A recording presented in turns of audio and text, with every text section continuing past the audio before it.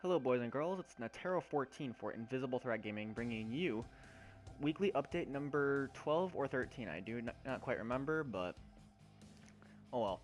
There's a lot of new gaming stuff this weekend. I would be doing this with Wiley, but he is currently not here. But there's a lot of new stuff going around. For starters, let's talk about Black Ops 3. No longer is it a Xbox game, it's now PlayStation. And it's not saying that only PlayStation will be getting Call of Duty this year, but it will be favoring the PlayStation side. We'll be getting DLC a month earlier, updates faster. I mean, we'll be, and the graphics upgrade that the Xbox had. We'll also be getting that. So games are going to look nicer on the PlayStation versus what they will on. For that game, it does look pretty impressive. They're playing the multiplayer at E3 right now. Sadly, I'm not there this year, but hopefully next year. Also, Star Wars Battlefront is another great game that's looks really good. They revealed the multiplayer and a co-op mission at E3 this year, and the multiplayer was at Xboxes, and then the co-op was at PlayStation E3 conferences, respectively. That game looks massively fun. I can't wait to get my hands on it. DICE did a heck of a job, and I'm not really this surprised because, you know, DICE does this kind of work all the time with Battlefield and stuff. Yeah, pretty much Battlefield. And it's really disappointing, though, to see that there's less kind of players and they're going for the smaller map design again, because right now I'm not liking Hardline all that much.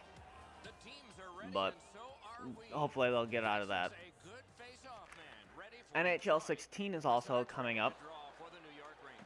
Not much new there. I mean, unless you are excited for a playoff beard. I mean, that sounds great, right? Who doesn't want a playoff beard? Versus, you know, so many other issues that could rather be fixed. I mean, I'm glad we get the game and all, but, you know, they gotta do something better there. So that's new for. Oh, then there's also Madden 16, which I do not know much about because I have not seen anything on that personally yet. But there hasn't been a lot new this year. Or, excuse me, wow. I just butchered that up. Final Fantasy, I'm not much of a Final Fantasy fan, but I know a lot of other people are. So Final Fantasy VII Remake is also coming out. A lot of people are really happy for that game.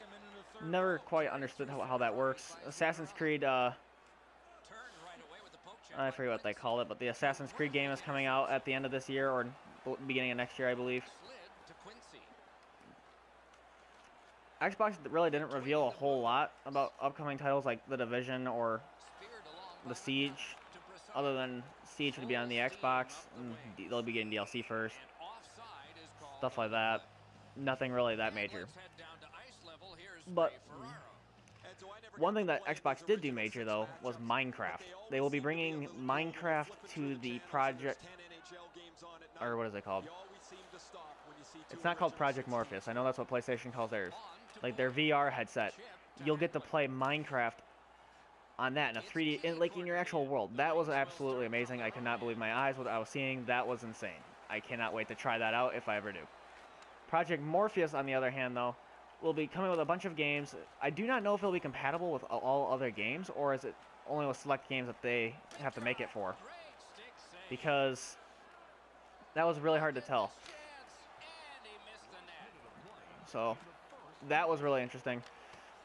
I like that a lot. That was cool. What else was there? Uncharted 4. There was also Uncharted 4. Now that they had a demonstration of Uncharted 4 with Nathan at the thing. That I could not believe my eyes. That looked absolutely beautiful. The destructibility of everything was all really impressive. And what they choose to say is actually quite funny. There was a couple of moments where you were just laughing with it, but another game that was looked really interesting this year. I mean, I wasn't really impressed with it last year.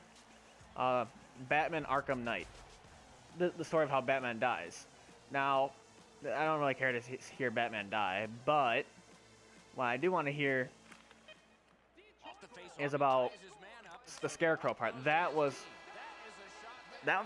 made me jump. I wasn't quite sure what was going to happen. I mean, I knew the guy he was going to talk to, something bad was going to happen. Wasn't sure what.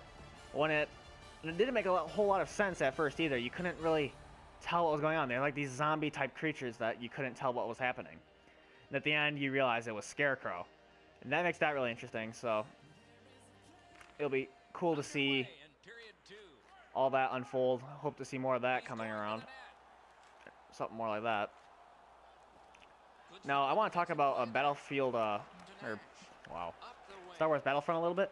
That looks so impressive, I cannot lie. It's just insane what they did with it. The fact that we can take out AT walkers with the, those not the X or the Y-Wings.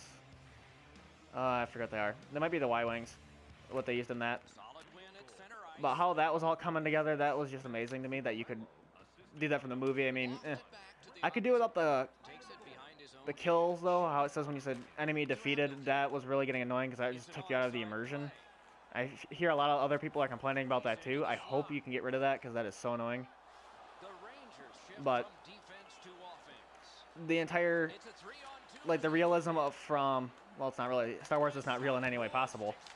But how it all looks to this actual Star Wars things was quite impressive. So that's all for this video. I hope to see you guys next week.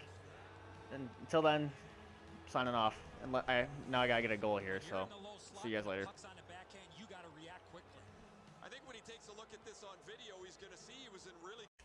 This video is brought to you by G2A.com for all your gaming needs.